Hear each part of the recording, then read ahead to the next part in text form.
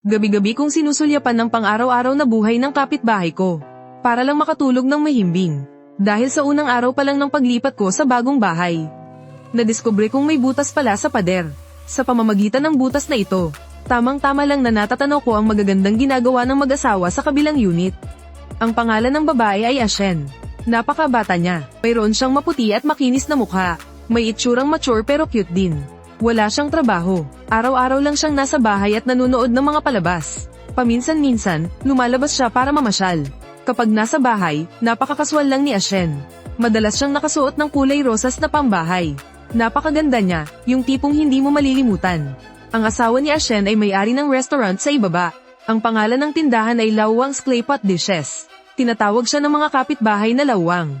Si Lawang ay may natural na itsura ng isang kusinero. Mahigit 40 anyos at kwadrado ang mukha. Palangiti siya sa lahat ng nakakakita sa kanya. Umuwi siya gabi-gabi, eksaktong alas 11:30. Maliligo, tapos aakyat sa kama. At pagkatapos ay magsasama na sila ni Ashen. Mahal na mahal niya si Ashen. Pwede pa ngang sabihing nanguhumaling siya dito. Yun yung kakaibang pagkalango ng isang lalaki para sa sarili niyang asawa. Para sa kanya, sa bawat gabing para lang sa kanilang dalawa. Si Ashen na ang pinaka-perpektong babae sa buong mundo. Araw-araw akong nagtatago sa dilim. Mga 3 hanggang 4 na metro lang ang layo sa kanila. Sa tingin ko, ang balingkinitan at mahabang katawan ni Ashen. Kapag katabi ang matipunong si Lawang, ay parang isang manok na kakatayin sa tabi ng isang matabang lobo. Madalas, alauna na ng madaling araw bago sila magpatay ng ilaw at matulog. Pero ako, palagi pa ring hirap makatulog. Sa katahimikan ng dilim sa paligid, pabalik-balik sa isip ko ang itsura ni Ashen. Napakalapit niya sa akin. Isang pader lang ang pagitan namin. Pero kasabay nito, napakalayo niya. Napakalayo na baka sa buong buhay ko ay hindi ko man lang siya mahawakan. Para akong nawawala sa sarili. Araw-araw ay tuliro at walang direksyon. Naaakit ako sa mundo sa likod ng pader. Sina Lawang at Ashen ay parang isang oras na palabas. Araw-araw, sa eksaktong oras, lumilitaw sila sa aking paningin. Ngunit habang tumatagal, napansin kong may kakaiba sa dalawang ito. Halos hindi sila nag-iimikan. Si Lawang ay maagang umaalis at gabi na kung umuwi. Nagbabanat ng buto sa kanyang negosyo. Sa totoo lang, dapat ay marami silang pinag-uusapan. Sa harap ni Lawang, si Ashen ay hindi naman tumatanggi. Ang pinaka-pinagtataka ko ay, sa ganda ni Ashen. Kung hindi man siya makapag-asawa ng isang mayamang negosyante o sikat na tao. Madali lang para sa kanya na humanap ng desenteng lalaki. Samantalang si Lawang, sa katabaan niyang iyon, na may kasama pang amoy mantika, ay mas hamak pa sa akin sa lahat ng aspeto. Itong mag-asawang ito na mukhang nagmamahalan. Ngunit wala kang makitang kahit kititing na tunay na pagtingin.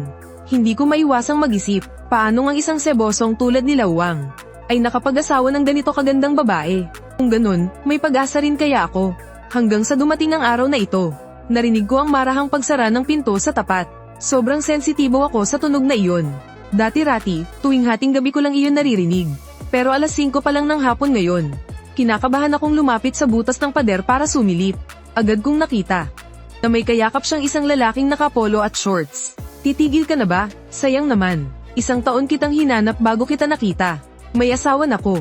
Ayoko na sana. Nagsimulang habarin ng lalaki ang kanyang polo. Maniniwala ka ba? Mula nang tumigil ka, wala na akong ibang hinanap kahit minsan. Asa ka pa? Bebeng sabi ni Ashen habang mahina niyang sinusuntok ang lalaki. E paano mo natiis? Hindi ka ba nabaliw sa pagpipigil? Pagkalipas ng 3 minuto, dumukot ang lalaki ng 300 pisong papel mula sa kanyang bulsa, model. Isiniksik sa ilalim ng unan. Ayoko na rin gawin mo pa ito. Sa tingin ko, walang sino man ang karapat-dapat sa iyo. Hindi tumanggi si Ashen. Parahang tinulungang magbihis ang lalaki. Nagyakapan at naghalikan. Pagkatapos ay inihatid niya ito palabas ng pinto. Agad kong naintindihan. Ang mga negosyante ay likas na madiskarte. Lalo na ang mga may maliliit na negosyo. Si Lawang ay nagsusumikap mabuhay sa laylayan ng lipunan. Napakasalan niya si Ashen. Sa huli, dahil din naman si Ashen mismo ay hindi rin naman ganoon ka-espesyal. Nabahiran na ng mundo sa labas. Kahit gaano pa siya kaganda, hindi pa rin siya maituturing na mabuting babae. Siguro sa mga mata ni Lawang, ang makasama si Ashen kahit isang beses, ay katumbas na ng kumita ng 300. Kaya naman ayaw niyang palampasin ang bawat gabi. At ang bawat pagbibigay todo ni Ashen, ay isa lamang pag-arteng dala ng dati niyang propesyon. Siguro ay para sa pera si Ashen. O siguro dahil sa kalungkutan. Sa huli ay binalikan pa rin niya ang dati niyang trabaho. Alas 5 ng hapon, iyon ang pinakaabalang oras ng mga klase sa tindahan ni Lawang. Sa tingin ko, itinatago niya ito kay Lawang. Kahit na medyo bastyusin si Lawang, masarap naman ang mga niluluto niya. At abot kaya rin ang presyo.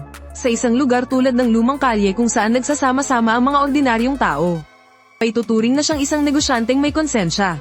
Ang taong handang kumita ng malinis na pera sa pamamagitan ng sariling paghihirap, ay hinding-hindi hahayaan ng kanyang asawa na kumita para sa sarili sa ganitong paraan. Ang pagkatao ni Ashen ay parang isang baldeng malamig na tubig na ibinuhos sa akin mula ulo hanggang paa. Ang pakiramdam ng pagkadismaya ay katulad din ng makita mo ang iyong inosenteng unang pag-ibig, na may dalang maliit na bag na pumapasok at lumalabas sa likurang pinto ng ganoong lugar. Tuluyan na akong nawalan ng interes sa kabilang bahay. Umalik ako sa dati kong takbo ng buhay. Sa umaga, naglalaro ako para sa iba para magpa-level. Sa gabi, nagsusulat ako ng mga web novel. Maituturing ko na rin itong kabuhayan ko. Hindi nagtagal, may nakilala akong babaeng kasama kong maglaro. Ang cute ng profile picture niya. Mahina siyang maglaro, at madalas siyang litin ng mga kakampi niya. Sinasabing pumapalpak siya sa mga kritikal na sandali. Sinasabing makakalimutin siya at mabagal kumilos. Sinasabi pa na baka lalaki siya. Sa totoo lang, ayoko rin naman talaga ng pabigat sa team. Pero isa akong game booster. Habang mas maraming mahinang maglaro, mas lumalakas ang negosyo ko. Kaya palagi ko siyang todo tanggol. Isang beses, dahil sa mga sinabi ng kakampi niya, bigla na lang siyang nag-offline. Pagkatapos noon, siya na mismo ang nagsabi na i-add ko siya. Ka-add ko pa lang sa kanya. Tumawag na agad siya sa video. Lumitaw sa screen ang isang babaeng maganda pero kaawa-awa. Bilugan ang kanyang mukha, at basang-basa ito ng luha. Nilbre ko siya ng malatang na nagkakahalaga ng 6 na yuan. Pagkatapos noon, unti-unti kaming naging malapit sa isa't isa. Araw-araw, hindi kami nauubusan ng mapag-uusapan. Hindi niya inintindi na mahirap ako. At hindi ko rin pinansin na medyo simple siya. Xiaoyu ang pangalan niya. Hindi nagtagal, naging kami. Sa mundo ko, tuluyan nang nawala ang anino ni Ashen. Lalong lumalim ang pagtitinginan namin ni Xiaoyu. Sobrang saya ko kapag kasama ko siya. Doon ko lubos na naramdaman ang tamis ng pag-ibig. Ang tanging problema lang, napaka-tradisyonal ni Xiaoyu. Kahit na kaming dalawa lang ang nasa iisang kwarto. Hanggang hawak kamay lang ang pwede kong gawin. Gusto niya raw iris orb ang pinakamagandang sandali para sa gabi ng aming kasal. Para daw makapagpakasal ako sa isang babaeng buo. Kahit may kaunting panghihinayang, mas nangingibabaw pa rin ang paghanga ko sa kanya. Kapag hindi ko na mapigilan ang sarili ko, sumisilip na naman ako kay Ashen mula sa butas sa pader. Kakaunti lang ang mga kliyente niya, pero iba't iba ang klase. May mga matatandang lalaki na puti na ang buhok, mayroon ding mga mas bata pa sa akin. Lahat sila ay sanbo, at cash lang ang tinatanggap nila. Yung lalaking iyon dati, madalas ding pumunta rito. Kay Ashen lang siya malambing at mabait. Mas malaki pa ang kinikita ni Ashen kumpara sa akin na pagod sa trabaho. Medyo naiinggit ako, at medyo nandidiri rin. Lumipas ang isa pang buwan. Sa wakas, pumayag na si Xiaoyu na makipaghalikan sa akin. Sobrang kaba niya, nakapikit siya at hindi magawang imulat ang mga mata. At seryoso pa niyang sinabi sa akin na ako lang ang papakasalan niya habang buhay. Halos mabaliw ako sa tuwa, kasi akala ko talaga, na ang isang tulad ko ay hinding-hindi makakahanap ng girlfriend. Hindi ko akalain na may isang cute na babae. Nakusap ang magsasabing gusto niya akong pakasalan. Pagkatapos, sinabi niya sa akin na naikwento na niya sa pamilya niya ang tungkol sa amin. Ang mga magulang niya raw ay mga magsasaka. Hindi raw sila gaanong palasalita, kaya ipinaubaya na lang ng buo sa kuya niya ang usapin tungkol sa kasal. Agad akong nangako sa kanya na aalagaan ko siya ng mabuti at makikinig ako sa kuya niya para maging maayos ang aming simpleng pamumuhay. Noong araw na iyon, siya ang unang humalik sa akin. At niyakap niya ako ng napakatagal. Pagkalipas ng 2 araw, tumawag sa kanya ang kuya niya. Binigay niya sa akin ang cellphone. Sa kabilang linya, sinabi ng kuya niya na suportado niya kami sa aming relasyon. Basta aalagaan ko lang daw ng mabuti si Xiaoyu. Ituturing na nila akong kapamilya. Ang tanging kondisyon ay kailangan kong maghanda ng 188,000 dot. Kapag handa na, pwede na akong mamamanhikan. Nakita ni Xiaoyu na hindi ako mapakali. Dali-dali siyang nagpaliwanag. Ang pamantayan daw kasi sa dot sa kanilang baryo ay 288,000. Kusang loob pang nagpahiram ang kuya niya ng 100,000. Sabi pa niya, kapag kasal na kami, ibabalik din niya ang lahat ng perang iyon. Gagamitin daw namin bilang panimulang pondo para sa aming pamilya. Ang 188,000 ay hindi naman daw ganoon kalaki. Pero wala akong kakayahang maglabas ng ganong halaga. Matagal nang sakitin ng mga magulang ko. Kaya wala kaming kahit anong ipon. Tuliro akong bumalik sa inuupahan kong kwarto. Matagal akong nakatulala sa harap ng computer.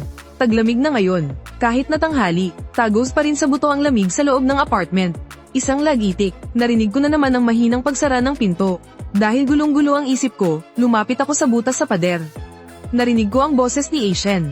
Ang tagal mo nang hindi dumadalaw, ha? Nakalimutan mo na ba ako? Nagkaproblema kasi sa negosyo. Kaya heto, nang makaluwag ako, pinuntahan agad kita. Ang sagot ng lalaki, at humabol pa ito ng tanong. Wala namang ibang naghanap sa'yo nitong mga nakaraang araw, di ba? Natigilan si Asian. Tinaas niya ang kamay at sinampal ang lalaki. At malakas siyang itinulak palayo.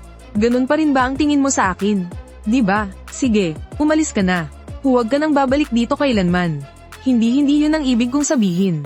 Nagmamadaling paliwanag ng lalaki. At sinabi yon habang mabilis siyang lumapit para yakapin si Asian. Mahal na mahal lang kasi talaga kita. Wala akong pakialam sa nakaraan mo. Sa totoo lang, pakiramdam ko hindi ako karapat-dapat para sa'yo. Ang gusto ko lang ay makasama ka habang buhay. Lumambat ang puso ni Asian. At niyakap niya rin ito pabalik. Ako naman, halo-halo ang nararamdaman. Sa tuwing naiisip ko si Mang Wang na nandoon sa restaurant sa ibaba. Nagkukumahog sa pagluluto at pagsigaw ng mga order. Yumuyukod at nagpapakumbaba sa mga dumadaang mahihirap na customer. At binabati sila ng may ngiti sa labi. Pero ang pinakamamahal niyang asawa ay may kasamang ibang lalaki sa itaas. Napakakomplikado talaga ng pakiramdam na iyon. Mabilis din silang pumalma. Sumandal si Asian sa dibdib ng lalaki. Para siyang isang dalagitang naglalambing. Pabulong niyang tinanong kung kumusta na ang negosyo. Gusto kong magsarili. Mayroon kasing napakagandang oportunidad ngayon. Siguradong kikita tayo ng ilang beses. Pero kulang pa tayo sa puhunan. Magkano pa ba ang kulang? Hindi bababa sa 200,000.